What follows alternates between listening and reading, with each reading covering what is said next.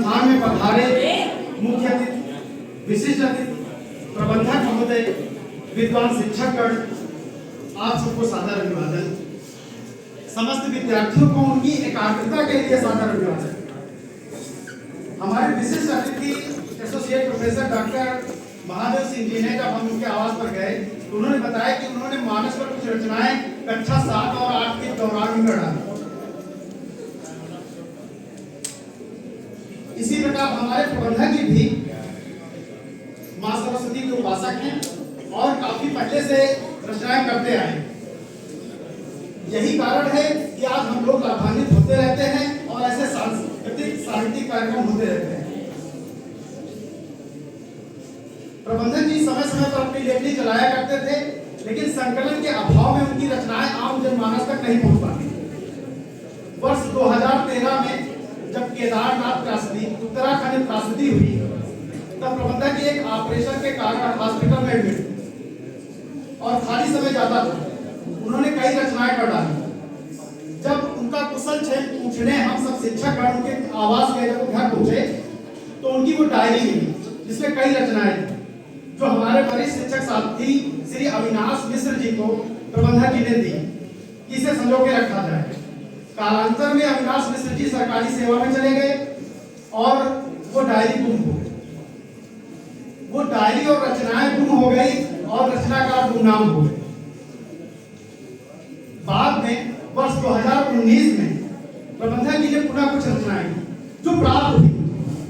उनमें एक जंगल की सत्ता नाम की उनकी रचना था, जिसमें एक जज, वकील और कोर्ट के बारे में उन्होंने बताया था, जो काफी लोगों ने पढ़ी और सुनी।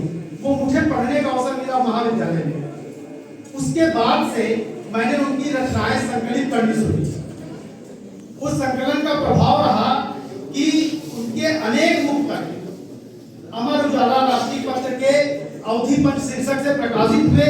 जो कुछ पेपर मिल पाए उनके लिए स्कैनिंग फोटो आपके सामने, ये पेपर से स्कैन किया गया है, लिखा नहीं गया और काफी तो नहीं मिल पाए। आप सबको पता है कि 56 रचनाओं की एक पुस्तक स्मृति कलश प्रबंधक जी की प्रकाशित हो चुकी है और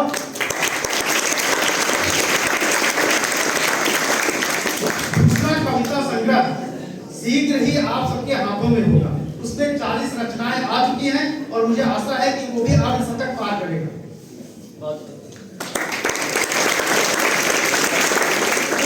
तो आशा तो होता ही है। इतनी रचनाएं उनकी उतारते हुए कापियों में, व्हाट्सएप पर, फेसबुक पर डालते हुए मुझे भी कुछ 2-4 लाइनें लिखने की कला आ गई। तो मैंने 2-4 पंक्तियां लिखी हैं। सबका अगर आदेश हो तो मैं पढ़ने की कोशिश करूंगा। त्रुटियों पर कृपया ध्यान रखें। उत्तराखंड त्रासदी हुई, उत्तराखंड त्रासदी हुई, कवि हृदय कर उठा आर्तनाद। यद्यपि शल्य क्रिया कारण ले रहे थे कविवर स्वास्थ्य लाभ। विभत्स दृश्य चलचित्र देख मन द्रवित हृदय घायल अपार। वह क्रंदन करुण पुकार सुनी, दीर्घ पटल से बही अश्रुधार। जब रोक ना सके मन की व्यथा, जब रोक ना सके मन की व्यथा, लिखने को कथा बने कलमकार। अवधेश अवध के लाल उठे, लिखने को क्रंदन चीतकार।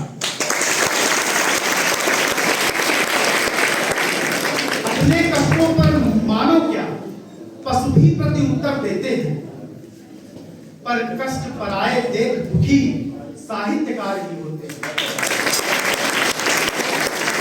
सामाजिक चिंतन निर्विकार से भाव लिखे हैं भैया ने, जैसे ही चिंतक हो करके दे दिया सहारा मैया ने। सामाजिक चिंतन निर्विकार से भाव लिखे हैं भैया ने, जैसे ही चिंतक हो करके दे दिया सहारा मैया ने। है मानस के मर्मज्ञ बहुत, है मानस के मर्मज्ञ बहुत। आध्यात्मिक है पूरा कुटुंब, अपने शिव भक्त पिता माता के सब दिखते हैं प्रतिबिंब। मार्मिक दृश्यों पर आहत हो रचना अनेक करते ही गए। थे व्यस्त बहुत ही जीवन में, कुछ लिखते गए कुछ मिटते गए। बीत जाए जब रात्रि अर्ध तो उठी लेखनी बड़ी प्रबल है। तो गंगा जल है। नीर कहाँ ठहरा सलीला में, नीर कहाँ ठहरा सलीला में, बहता ही रहता कलकल है। नैनों में भावी जीवन है, इस नदियों में बीता कल है। देश समाज की हीन दशा अवधेश ने कलम चलाई है। भटक न सके युवा राह, सो प्रेम की गंगा बहाई है। दिव्य क्रांति की ज्योति जला, नव परिवर्तन प्रारंभ किया। पूज्य महावीर के पुत्रों ने जनपद को अपने धन्य किया। रचना करना आसान नहीं, रचना करना आसान नहीं, प्रति रात्रि जागना पड़ता है। कविता होती यूं पूर्ण नहीं, तिल तिल कर मरना पड़ता है। हर बिंदु शीर्षक जी कर ही, हर बिंदु शीर्षक जी कर ही साहित्यकार लिख पाता है। नन्हे नन्ही कविता लिखकर अवधेश सिंह बन जाता है। उनके हैं धन्य पिता माता, है पुत्र पांच सब संस्कारी।